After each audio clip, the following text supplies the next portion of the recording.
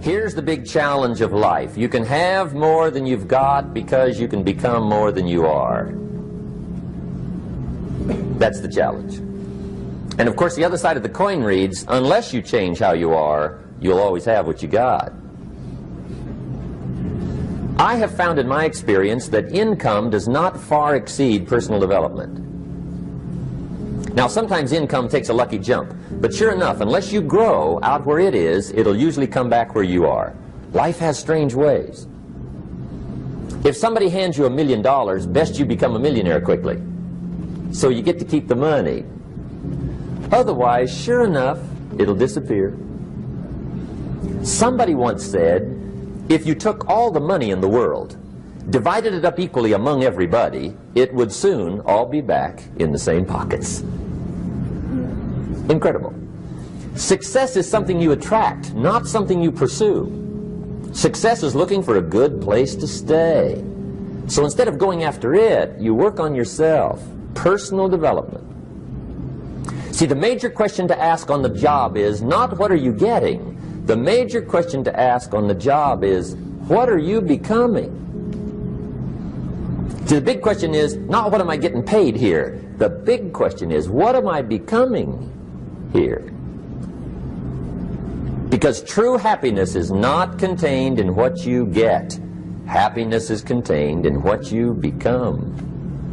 So that's our major subject for tonight, personal development. Of all the assignments Mr. Schoaf gave me at age 25, this was probably the most difficult. In fact, I'm still working on this one. I think it's an unending challenge to see what you can become.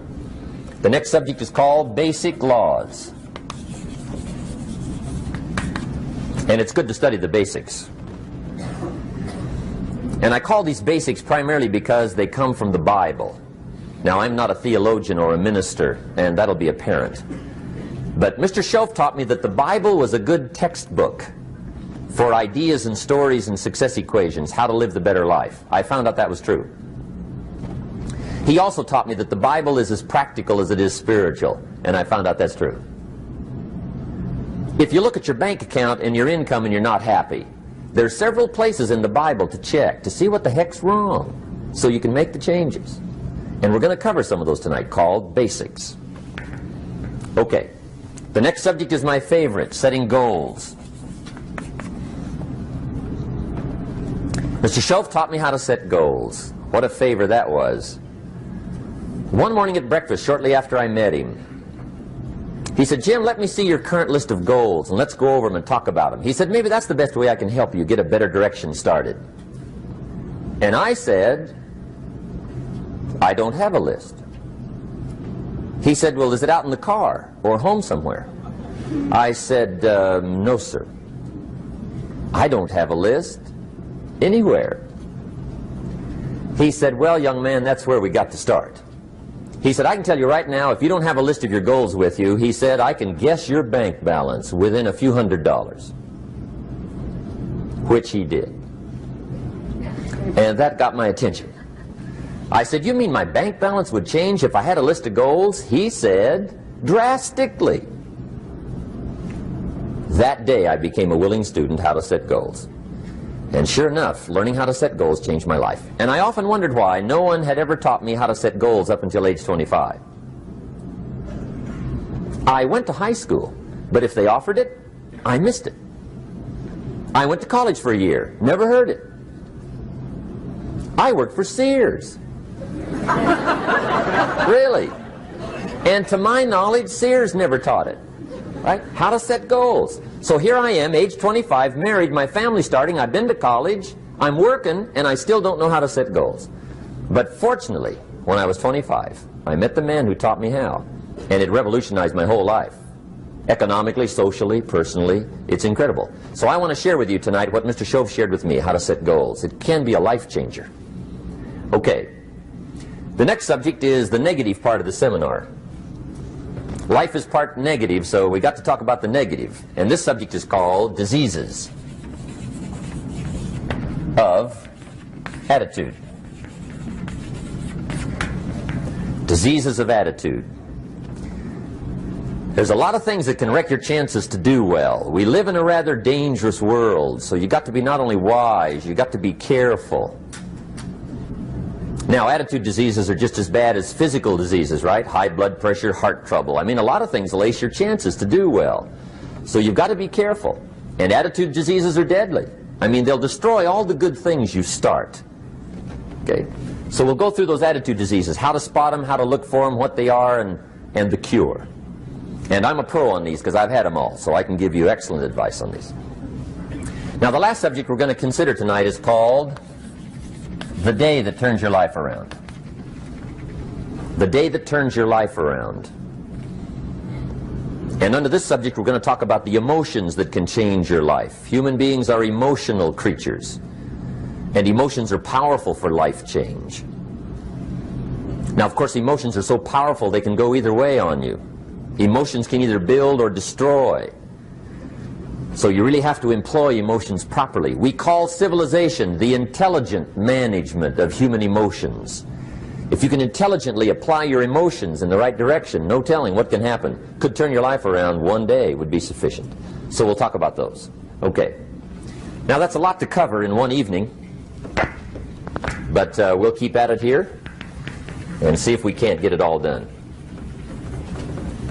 I'd like to have you now jot down the theme of the seminar. Every seminar should have a theme, I guess. We've got one. It's on some of our literature if you happen to notice it, but if you didn't, for your notes, here it is. The theme of the seminar goes like this: the major key to your better future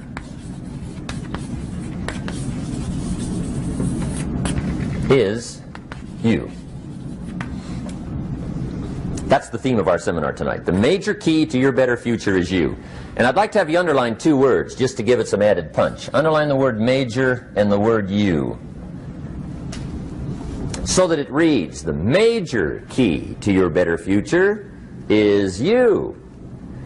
Now, my first suggestion is transfer this to a card or something where you can put it up, where you can see it every day. Preferably put it up where you can see it at the beginning of the day, before you go off to put the day together. This is a good phrase just to glance at, to keep in mind as you're putting the day together.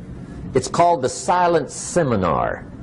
If you'll just let this talk to you during the day, I found it to be tremendously helpful. The major key to your better future is you. For a big share of my life now, I didn't have this one quite figured out, among a lot of things I didn't have quite figured out. Many things used to puzzle me back in those early days. I used to wonder why two people could work for the same company, one make twice as much money. Now, see, that used to puzzle me. And maybe they were the same age, graduated from the same school, live in the same community, work for the same company, with the same products and the same services. They've got the same traffic, the same problems, and one makes $1,000 a month, the other one makes $2,000 a month. Now that was my puzzling question. Why would this long list be the same and the money twice as much? I asked, what's the difference between $1,000 a month and $2,000 a month? And I don't mean $1,000 a month, right? I could figure that out. But what makes the difference? Why would one person do twice as well, 3 times as well? Speaking economically. Now, I know there's more than one way to do well. I understand that. But in this little narrow area called compensation, what's the difference? Well, back then, with my faulty thinking, I'm trying to reason it out. I thought, well, maybe time makes some of the difference, right? Some people do better because they have more time. I used to say, Harold ought to be able to do well. He's got a lot of time. If I had all of Harold's time, I could do well. Now, that's got to be dumb, right? Number one, you can't get somebody else's time. A guy says to me one time, he says, you know, if I had some extra time, I could make some extra money. I said, then forget it. There isn't any extra time. Hey, when the clock strikes 12 midnight, that about wraps it up, right? I mean, you can look around the gongs there for a little more, but it's over.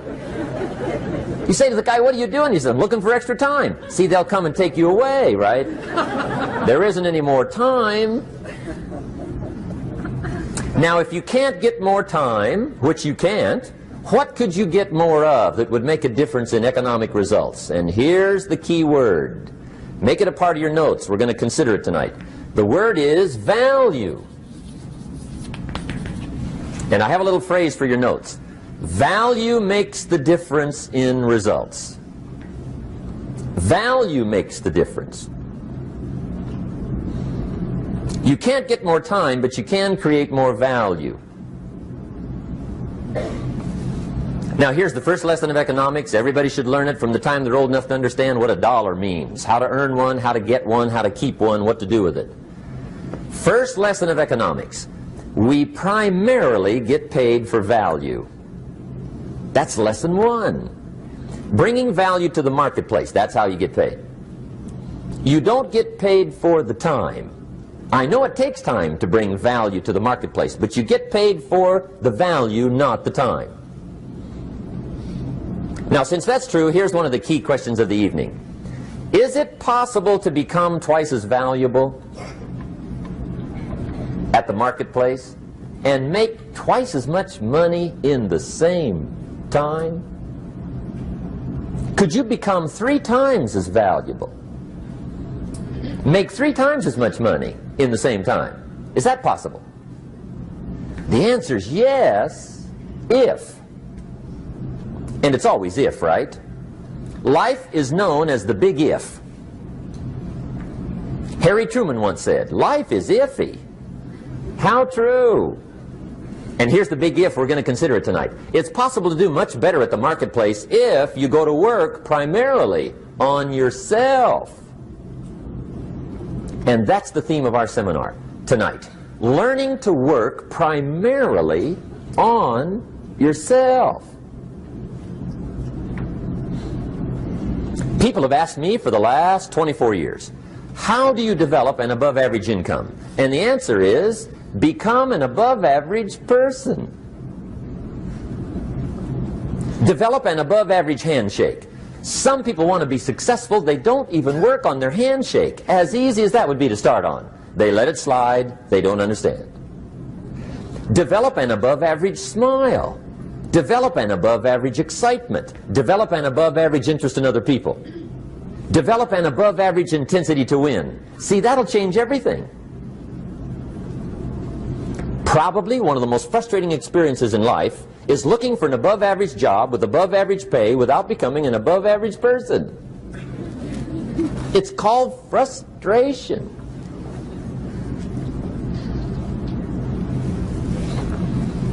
And Mr. Schoaf gave me probably the greatest clue he gave me when I first met him. He said, Jim, if you want to be wealthy and happy the rest of your life, just learn this lesson well. He said, learn to work harder on yourself than you do on your job.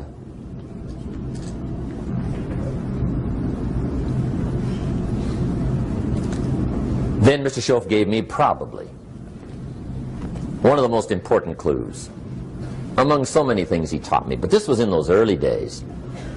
Mr. Schoaf was very kind, but he was also very abrupt. And he had these interesting questions to ask. I'm giving him a little rundown one day on how things hadn't worked out for me. He said, Mr. Rhon, I've got the answer for you if you will listen carefully. And listen carefully I did that day and for the next 5 years. If somebody's wealthy and happy, you gotta listen. He said, Jim, I've only known you a short time. But he said, it's already my honest opinion that for things to change for you, you've got to change. That wasn't quite the answer I was looking for. But that's the answer he gave me, and I pass it along to you on this warm summer evening in Anaheim, California, 1981. For things to change for you, you've got to change.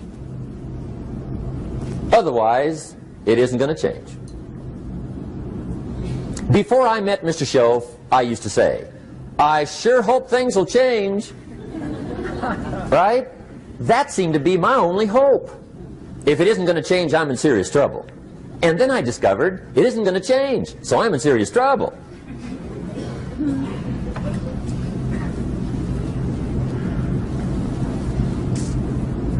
See, I can tell you what the 80s are going to be like. You have dropped into the right place. I did a seminar one time for Standard Oil executives and management in Honolulu. And we're having a conference one day on this big conference table. And one of them said to me, Mr. Rhon, you know some fairly important people halfway around the world. What do you think the 80s are going to be like? I said, gentlemen, I do know the right people. I can tell you. So they all listened very carefully. And I said, gentlemen, based on my wide experience, I can really honestly say to you, in my opinion, in the 80s, it's going to be about like it's always been.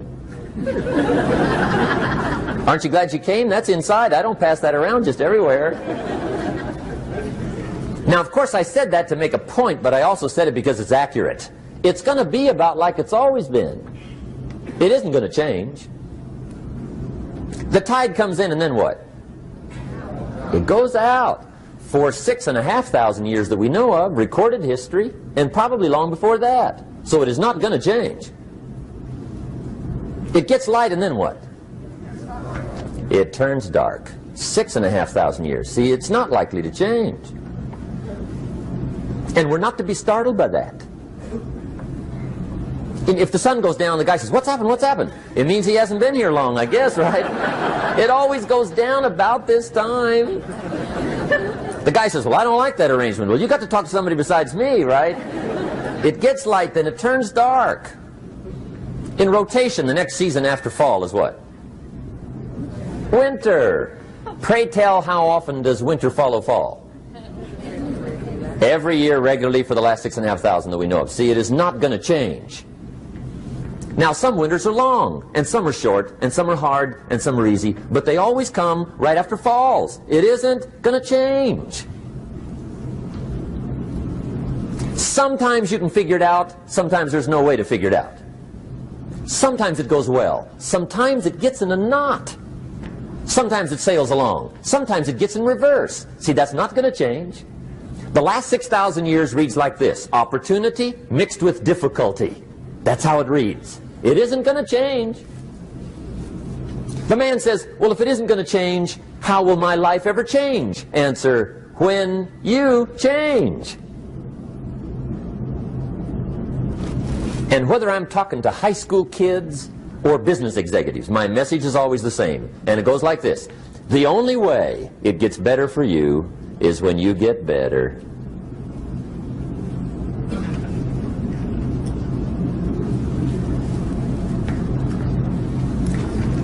Let me give you the 4 major lessons in life to learn. Here's 4 majors. It's good to study the majors. In our weekend seminar we teach. Some people don't do well because they major in minor things. You've got to be on the lookout. At the end of every week, end of every month, you've got to check, make sure you're not spending major time on minor things. We go through that whole series. Majors and minors. Now, let me give you 2 phrases before we get to the 4 majors. This will set it up and you'll see where I'm going. 2 key phrases for your notes. Here's the first one. Life and business is like the changing seasons. That's the first phrase. Life and business is like the changing seasons. One of the best ways to describe life, it's like the seasons. Frank Sinatra sings, life is like the seasons. Now here's the second phrase. Very important. You cannot change the seasons, but you can change yourself. You can't change the seasons, but you can change yourself. And see, that's how life gets better for you, not by chance, but by change. Now, here's the 4 major lessons in life to learn. I've got my first book finished. Came out a couple of weeks ago. This is in it. The 4 major lessons in life to learn. Here they are. Number 1, learn how to handle the winters. That's lesson 1. They come right after falls with regularity. Some are long and some are short and some are hard and some are easy, but they keep coming. You must learn to handle the nights. They come right after days. You must learn to handle difficulty. It comes right after opportunity. You must learn to handle recessions. They always follow progressions. For the last 6,000. See, it isn't going to change. The lesson you must learn is how to handle it. And there's all kinds of winters, right? The winter when you can't figure it out. The winter when it all goes smash. The winter when it turns belly up. The winter when it won't work, when you've run out of money and you've got a broken heart. See, those are winter times. There's all kinds. Economic winters, social winters, personal winters. When your heart is smashed in 1,000 pieces and the nights are unusually long, your prayers seem to go no higher than your head. It's wintertime.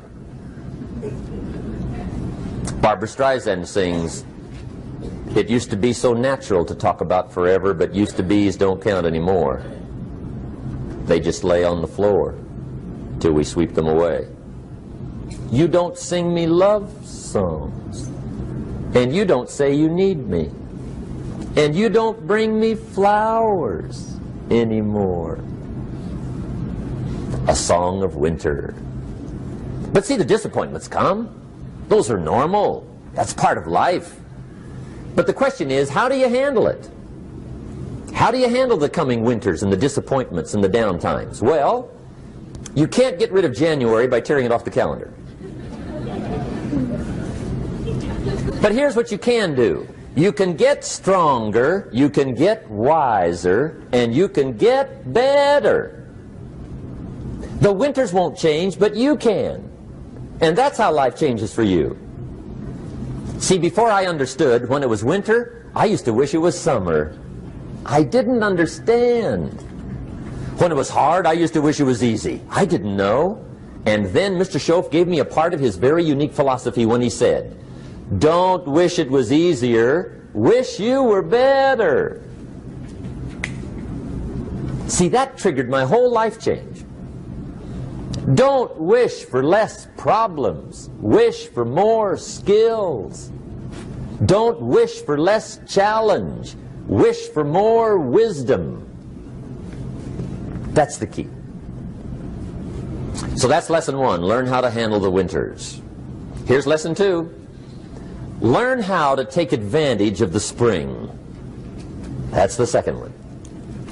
Spring is called opportunity. And spring follows winter. What a great place for it. If you were going to put it somewhere, that'd be the place to put it, right after winter. And pray tell, how often does spring follow winter? Every year with regularity, 6,000. You can almost count on it. See, opportunity always comes. Days follow nights. Isn't that terrific? Opportunity follows difficulty. But here's what you must learn to do. Underline these two words in that key phrase. Take advantage. Underline those two. You must learn to take advantage of the spring. See, just because spring rolls around is no sign you're going to look good come fall.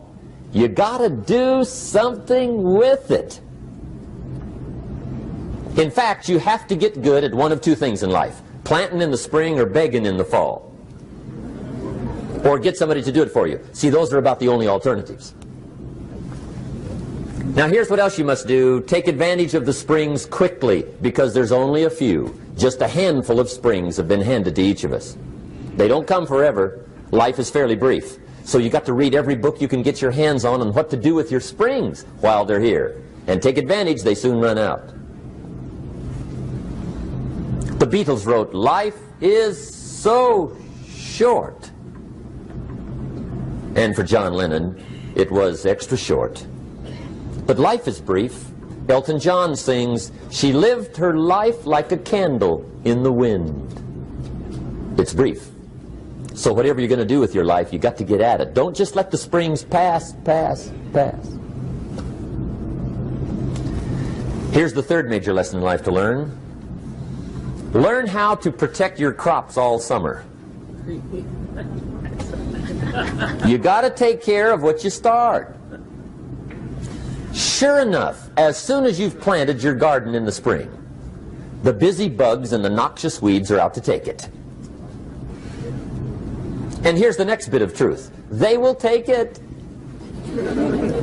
unless you prevent it. And that's the third major skill to learn. You've got to learn to prevent the intruder from taking all the good you start. It's one of the challenges. Here's two key phrases under number 3.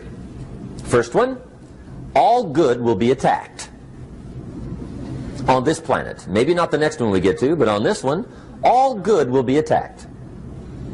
Every garden will be invaded. Not to think so is naive. And here's the second phrase. All values must be defended. Political values, social values, community values, family values, marriage values, friendship values, business values. Every garden must be tended all summer. Third major lesson. Now here's number 4. Fourth major lesson in life to learn. Learn how to reap in the fall without complaint. Learn to reap come harvest time without complaint. Take full responsibility for what happens to you. It's one of the highest forms of human maturity, accepting full responsibility. It's the day you know you've passed from childhood to adulthood, the day you accept full responsibility. And another note, learn to reap in the fall without apology. Without apology if you do well, and without complaint if you don't. That's maturity. I used to have that long list of reasons why I wasn't doing well. To explain. You've got to explain, right? Otherwise you're going to look bad. I used to have this funny list called Reasons for Not Looking Good.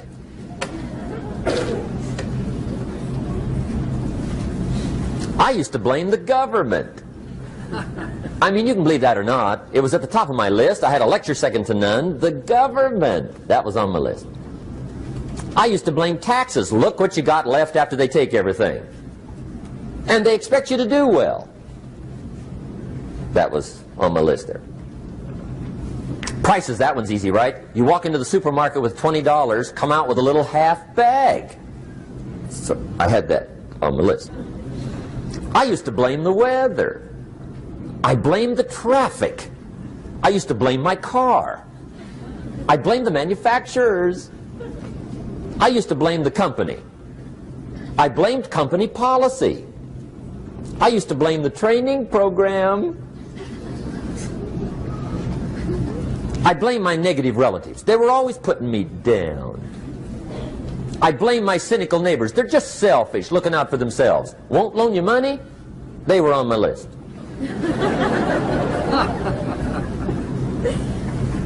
I used to blame the economy. I blamed the community. That's a pretty good list for not doing well, isn't it? I thought it was good. I'll never forget one day, Mr. Schoaf was very kind, but he was also very blunt, and this was no exception. And I'm glad he was blunt. There's a lot of things I'd have missed if he hadn't have been blunt. One day, with sort of a curious look on his face, he said, "Jim, just out of curiosity, tell me, how come you haven't done well up until now?" Excellent question. I thought, well, so I won't look too bad, I'll go through my list. And this list I just gave you, I put that on him. And he was very patient. He let me go through the whole thing, the government, the weather. I went through this whole thing.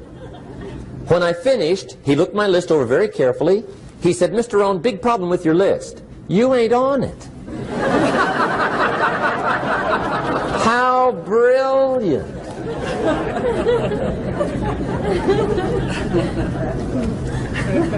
When I went to work for him a few months later, I learned very quickly to tear up my list, reasons for not doing well, and I threw it away. And I got me a fresh piece of paper. And I put one word on it. Me. There's a Black Heritage spiritual that says, "It's not my mother nor my father, nor my brother nor my sister, but it's me, O Lord, standing in the need of prayer." See, I used to blame everything outside. And then let me give you a little philosophy that helped turn my life around. For your notes, here it is. It's not what happens that determines the quality or the quantity of your life. It's not what happens. And the reason is because what happens happens to about everybody. No different. The sun went down on all of us last night. A common event, a happening. And I found out that the same things can happen to two different people. One gets rich and one stays poor. Why is that? It's because it's not what happens, but rather it's what you do that changes everything. So that's a key phrase. It's not what happens, it's what you do. What happens is about the same. You might put that in parentheses here. Same. What people do, that's what's different. Anything can happen, right? Everything can happen. I've heard all the stories. I've been one of the stories. Hey, we could all tell stories all night long, right? Happenings. Anything can happen. Have you heard of Murphy's Laws? Anybody here heard of Murphy's Laws? Okay, most of you have. Murph had these laws. One of them was, if anything can go wrong, it will. That's one of Murphy's Laws. He was not one of the great positive speakers of the day. But anyway, it's still true though, right? Anything can go wrong, everything can go wrong. For sure. I've fallen out of the sky so many times. Once to the tune of a couple of million. Devastating. Took me a while to survive that one. Now, it wasn't all that much, but it was all I had. Right? I mean, that's when it's much, right? When it's all you got. If you got 3, 2 go, you got 1 left, you ain't looking that bad. But when it all goes, has anybody been there when it all went? Anybody? Come on, the rest of you liars. Go ahead. Hey, we've all been there, right? When it all went. Of course, it used to be a long time ago, right? When you ran out of money, got to 0, you were all through. Heck, now you can whistle right on by 0, right? I mean, they will bury you. That's what they will do.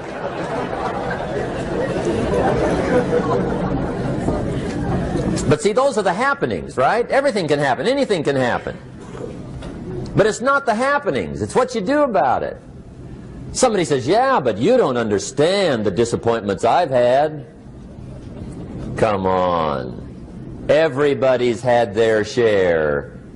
Disappointments are not special gifts reserved for the poor. Everybody has them. The difference is what you do about them. It's not the weather. I used to blame the weather, and I discovered it rains on the rich. So see, that won't help. 2 men wake up one morning, there's a rainstorm on. One of them looks out his window, sees the rainstorm, and he says, wow, what a storm. With weather like this, they can't expect you to go out and make sales. He stays home. Same morning, the other guy looks out his window, sees the same storm, says, wow, what a storm. But he says, you know what, with weather like this, what a great day to go out and make sales. Most everybody will probably be home, especially the salesman.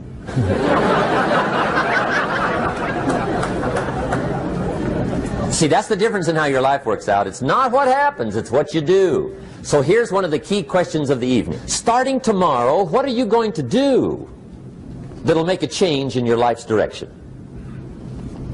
Good question. What are you going to do starting tomorrow that'll make a difference? Now see, if you don't do something starting tomorrow that'll make a difference, guess what? It's gonna be the same. And see, that way you can guess what the next 5 years are going to be like. Look at the last 5.